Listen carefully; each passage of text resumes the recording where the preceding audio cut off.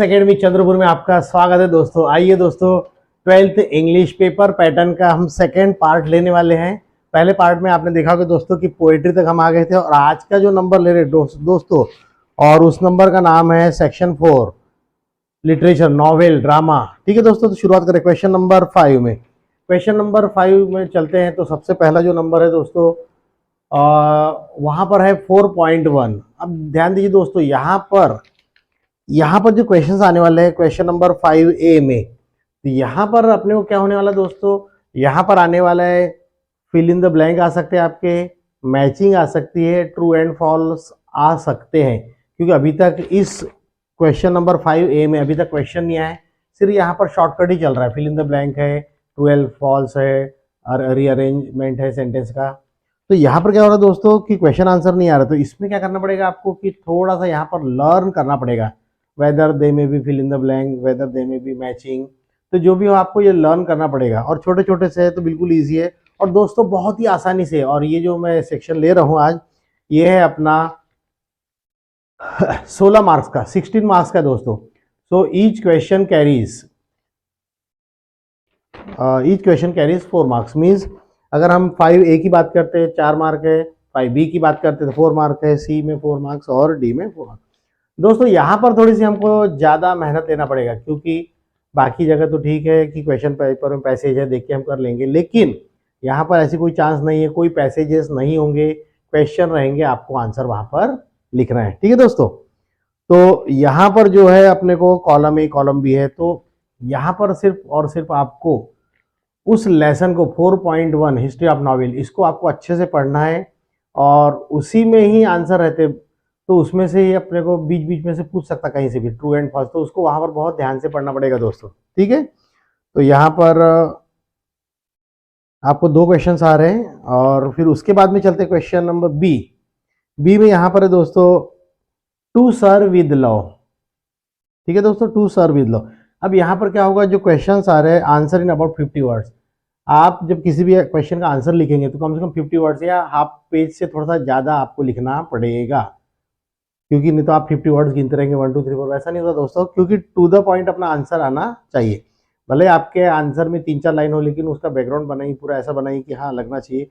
कई बार होता है दोस्तों कि क्वेश्चन जो रहता है 3 या 4 लाइन का आंसर रहता है, लेकिन 50 वर्ड्स नहीं आ पाते अपने, तो उसके लिए क्या कीजिए, थोड़ा सा लेसन का बैकग्राउंड बनाइए, थोड़ा सा उससे रिलेटेड सेंटेंस डालिए, तो क्या होगा उसमें अपने को फायदा मिल जाएगा थोड़ा सा। ठीक है, तो ईच क्वेश्चन कैरीज 2 मार्क्स।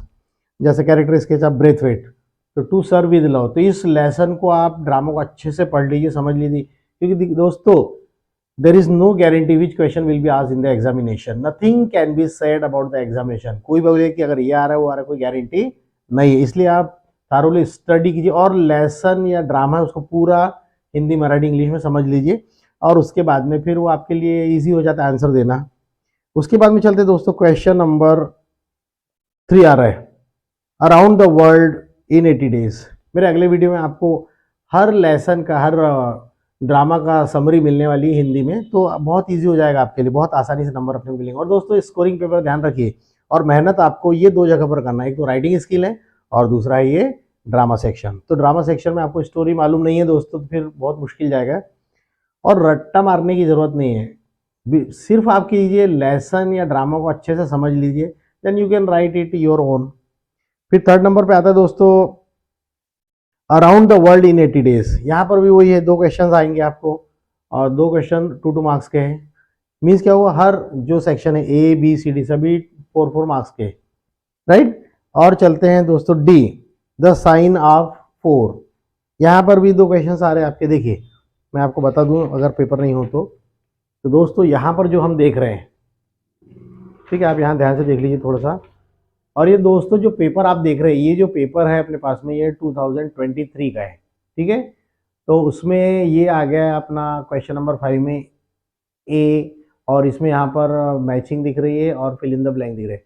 कई बार फिल इन द ब्लैंक में आपको ऑप्शंस रहेंगे और कई बार नहीं रहेंगे दोस्तों, थोड़ा सा बी केयरफुल। उसके बाद मैं पेज पलटा देता हूँ यहाँ पर थोड़ा सा, और उसके बाद में ये देखिए, उसके बाद में ये फिल इन द ब्लैंक आ गए आपके यहाँ पर, और उसके बाद में ये क्वेश्चन 2024 के दोस्तों। ठीक है, तो ये ऐसे रहने वाले क्वेश्चन। और एक बात और खास रहेगी दोस्तों, पेपर आंसर शीट के बारे में एक बार और बता दूं आपको मैं। चलिए, आपने ये आंसर शुरू किया लिखना, ध्यान दीजिए। आपने क्वेश्चन नंबर यहाँ पर किया, फिर लिखते लिखते आगे क्वेश्चन नंबर 1 चल रहा है, और फिर यहाँ पर आ गया बी आ गया आपका, क्वेश्चन नंबर 1 हो गया, फिर बी आया। अब ये क्वेश्चन नंबर मान लीजिए आपका लिखते लिखते आ गया, और ये यहाँ पर क्या हुआ कि क्वेश्चन नंबर ए फिनिश हो गया, यहाँ तक फिनिश हो गया, ठीक है। लीव द पेज, ये पेज आपको छोड़ देना है, राइट। नया क्वेश्चन नया पेज, ध्यान रहेगा दोस्तों। जब भी नया क्वेश्चन रहे, मीन्स अपने पास यहाँ पर टोटल हमने बात की थी, यहाँ पर हमारे पास टोटल क्वेश्चन है क्वेश्चन 5। तो जब भी क्वेश्चन नंबर 1 खत्म हो गया पूरा, उसमें A1 A2 A3 B1 B2 आ गया, वो ए में आ गया। तो ये हो गया क्वेश्चन नंबर 1। फिर नया पेज लेना, हर बार नया पेज लेना है। और एक बात और दोस्तों खास है, हर क्वेश्चन होने के बाद, चाहे वो ट्रू फॉल्स हो, फिनिशिंग बहुत जरूरी दोस्तों। तो हर क्वेश्चन होने के बाद आपको क्या करना है, एक लाइन फिनिशिंग के लिए छोड़ना है, और आखिरी में अगर आपके पास टाइम बच जाता है तो थोड़ा सा डेकोरेशन करना है, अंडरलाइन कर देना, हाईलाइट करना पॉइंट को, ठीक है दोस्तों। तो ये सारी चीज़ें आपको ध्यान रखना है एग्जाम के समय में, और बहुत अच्छा पेपर जाने वाला दोस्तों आपका। बी पॉजिटिव, बहुत मजा आने वाला है पेपर में। ये मान के मत चलिए दोस्तों कि पेपर डिफिकल्ट होता, हार्ड होता, कठिन होता, कोई हार्ड कठिन नहीं होता। पढ़ने वालों के लिए ईजी दोस्तों, और जो नहीं भी पढ़ेगा उसको आपने छोटा सा भी कैरेक्टर पूछ लिया है, डेनम का कैरेक्टर बताओ, तो वो नहीं बता पाएगा आपको। क्यों? Because he doesn't have knowledge about the lesson और पोएट्री, और जो वट एवर। इसलिए कोई भी पेपर किसी भी सब्जेक्ट का कठिन डिफिकल्ट नहीं होता है, कहीं ना कहीं हम कम पढ़ जाते हैं, ठीक है दोस्तों। तो आंसर शीट में भी हर क्वेश्चन के बाद में आपको क्या करना है, एक आंसर हो गया, एक लाइन छोड़ दो, दूसरा हो गया, एक लाइन छोड़ दो, तो उसमें दोस्तों फिनिशिंग आएगी, ठीक है। और उसके बाद में चलते जाइए, कंटिन्यू चलते जाइए। और कहीं पर भी जैसे मैंने बताया कि आपको क्वेश्चन पेपर में आपको टिक मार्क, कई बार क्या होता है दोस्तों, बच्चे लोग क्या करते हैं, स्टूडेंट ये यहाँ पर टिक मार्क कर लेते हैं। जब ध्यान दीजिए थोड़ा सा, जैसे ये क्वेश्चन है आपका, ठीक है, ये क्वेश्चन है, अब ये क्वेश्चन है, तो उनको लगता है कि यार जो भी आंसर इसमें से ये सही है। अब इसमें से मान के नहीं चलते, अब यही आंसर देखिए, ये आंसर सही इसका। एज सून एज, इसको समझा भी देता हूँ मैं, अब लिया हूँ हाथ में तो paper. As soon as he left the house he met with an accident, ठीक है दोस्तों, ये लिखा है पिछले साल का पेपर, ध्यान दीजिए। इसको बोल रहा है identify the correct, no sooner then form. तो एज सून एज का जो पैटर्न है वो नो सूनर से बनाना है। तो एक रूल है इंग्लिश में, नो सूनर के बाद हमेशा हेल्पिंग वर्ब आएगी, ठीक है। तो सब जगह नो सूनर लिखा है। देखिए मैं टेक्निक बता रहा हूँ।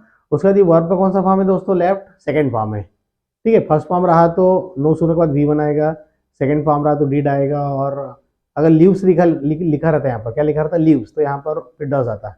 तो एज सून एज की जगह हो गया नो सूनर, सेकंड फॉर्म इसलिए डिड आना चाहिए। तो ऐसा कौन सा ऑप्शन है जिसमें डिड है, देख लो कौन सा है, 3rd नंबर।